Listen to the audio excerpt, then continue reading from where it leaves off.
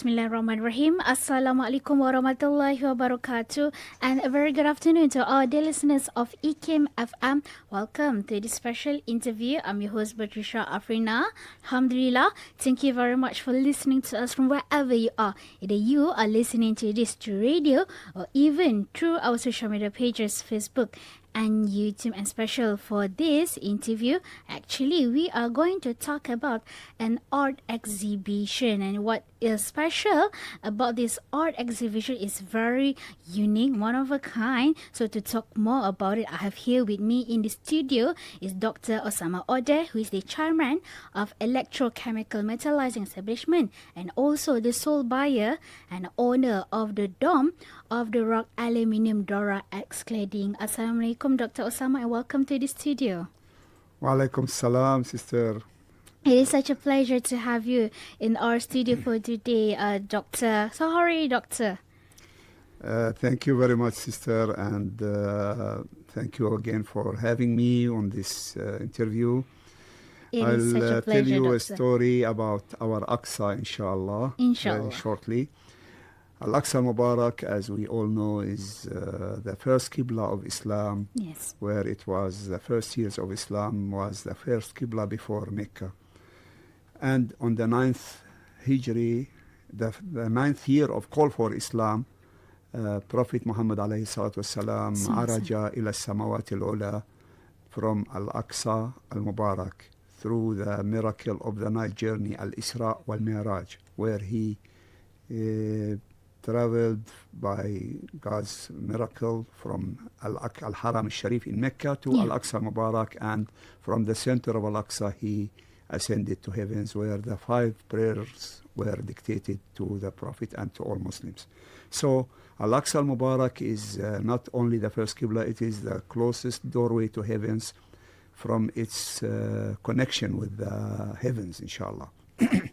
Now, on the first century of Hijri century, and it was in 685 till 691 our era, Abdul Malik ibn Marwan, the Umayyad Khalifa, constructed a unique and one of its kind all over history building, which named the Dome of the Rock.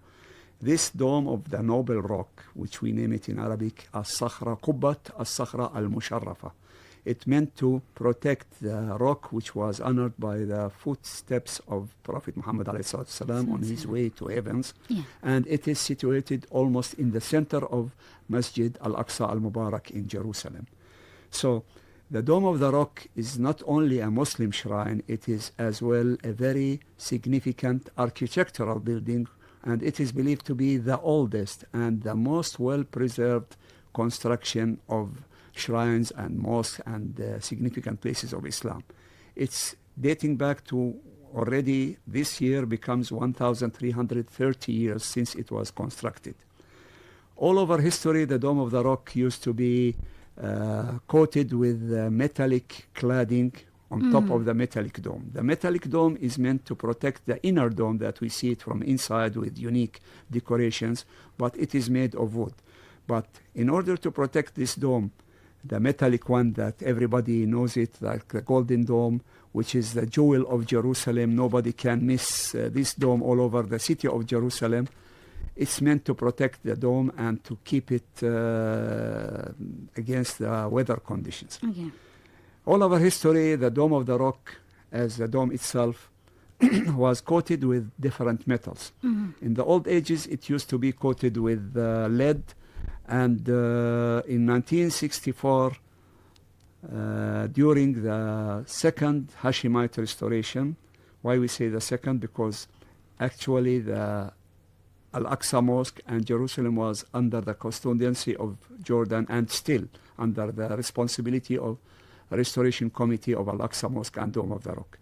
And it is Jordan and the royal family of Jordan who are the custodians of Al-Aqsa Al-Mubarak since already 100 years. So the second restoration, sponsored by late King Hussein of Jordan, the Dome of the Rock was plated and coated with aluminium metal, 4 millimeter thickness aluminium plates. In the 60s, or 50s, and 60s of the last century, aluminium was just booming metal in the age of modern industry, like a light resistant for corrosion metal and so on. But it was used as a modern and effective metal for architectural buildings, and it became very unique one. But unfortunately, there were some technical mistakes by how to fix the aluminium on top of the dome. Okay. Means when we speak about a dome like a surface of about 1,000 plus square meters, the diameter of the so-called golden dome that we see it, and the golden-like color of the aluminium, which was in 1964 there, the surface and the diameter is 21 meters, and the surface is more than 1,000 square meters. And the plates were fixed in a way that they cannot have the heat expansion and shrinking because of difference of temperature, the sun side and the shadow side of the dome, the night and the daytime, the winter. In our country, we have sometimes have snow in winter and sometimes in summer more than 40 degrees Celsius. So by time these fixing points become loose and water on the next winter, let water go inside the dome. So another project was done, and again sponsored by late King Hussein of Jordan and the Restoration Committee, which known to be the last 1992-94 restoration project. This project was done according to a unique studies about how to gold electroplate the new coating, which is not aluminium anymore. The aluminium was removed, and the dome was coated with brass, gold electroplated, electrochemical plating. That's why the name electrochemistry, which is my discipline, involved here. And I was honored to be the one who make a study for Restoration Committee and offered it to them in the late 80s.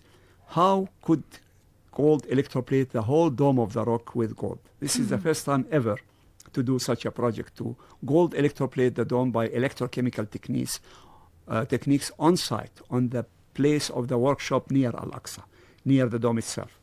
And actually, in 1991, the budget was available by late King Hussein to the Restoration Committee, and they announced a tender, and the tender was chosen a company named Maivan Overseas, which is a British-Irish company.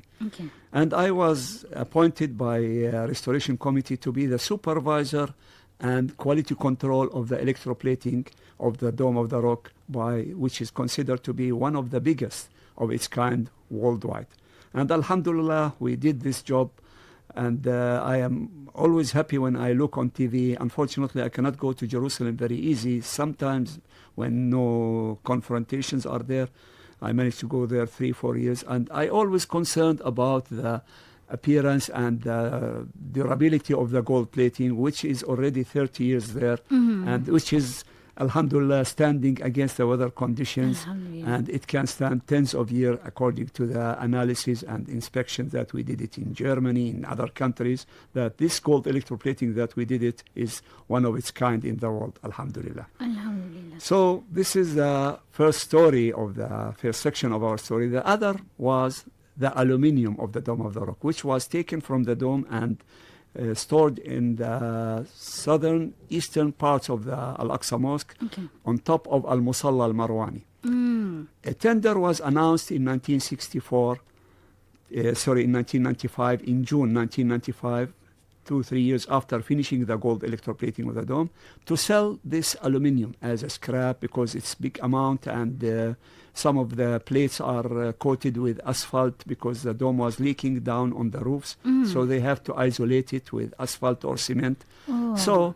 But when I was there, even before they took off the aluminium, as an expert on metal finishing, I was not afraid of the debris and asphalt and lacquer or whatever impurities on the metal, because I can divert it into a unique metal by my expertise of metal finishing. So I put in my mind that if they will sell this aluminium, we must buy it with any possible price.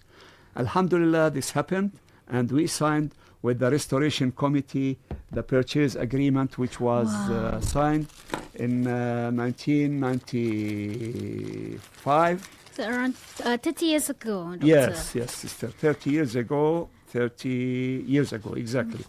And this was signed in 29th of June, 1995. Wow. And means in 1 month and 9 days, it will be 30 years since we signed this agreement, MashaAllah. which announced the selling of the leftover. And the price we paid, we are very happy that was much more than the scrap price. Yeah. And the restoration committee, we paid it to the restoration committee, and we are happy that this aluminium price went to Al-Aqsa, and we are willing even to donate as much as we can and to work our best for Al-Aqsa. Why we bought this aluminium?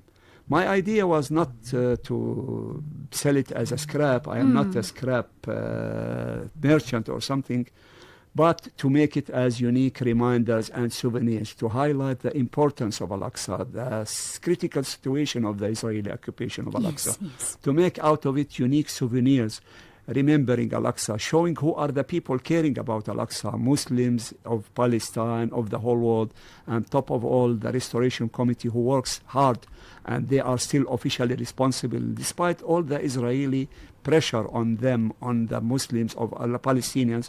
We are the owners of Al-Aqsa, headed by Restoration Committee of Jordan. The Palestinians are the owners of the place. The whole Muslim is the owners of the Al-Aqsa. It belongs to the whole Ummah.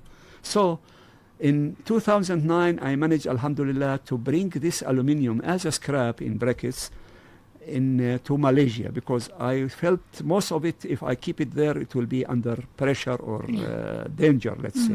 So, alhamdulillah, it came to Malaysia in 2009, and it is now located in Malaysia. And since then, we started to make some kind of artistic Islamic activities.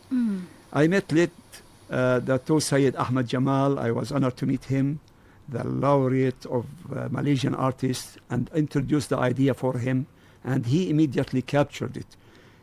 While I was talking about this material, and he came like in a trance situation, blocked of us, and thinking how can use this material in an Islamic artistic way to highlight Al-Aqsa. And he initiated many Malaysian distinguished artists. And it is good to say and very important that the first Muslim artist ever all over the world who used to and who did some artworks of Al-Aqsa by their artworks of Al-Aqsa Al-Mubarak, it was Malaysian artists. And at that time we made a gallery about Al-Aqsa in 2011.